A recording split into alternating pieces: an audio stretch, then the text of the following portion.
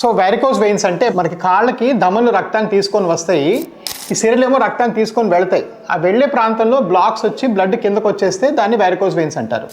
ఈ వారికోస్ వెయిన్స్కి పాత రోజుల్లో కట్ చేసి తీసేసేవాళ్ళము.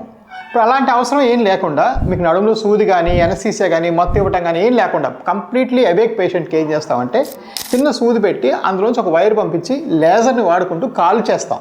ఈ వెయిన్ ఎప్పుడైతే మనం కాలుస్తామో అది గట్టిగా అయిపోయి అది బాగా హార్డ్ అయిపోయి దాన్ని బట్టి లోపలికి అదే కృషించిపోయి లోపలికి వెళ్ళిపోతుంది. అదేవిధంగా ఇప్పుడు కొత్తగా ఇంకా లేటెస్ట్గా ఏమొచ్చిందంటే చిన్న గ్లూ అనే ప్రొసీజర్ వచ్చింది. సో దాని లోపల వెయిన్ లోపలికి వెళ్ళి చిన్న బంకలను దక్కిస్తే ఇంకా ఫాస్ట్గా వెయిన్ కరిగిపోతుంది.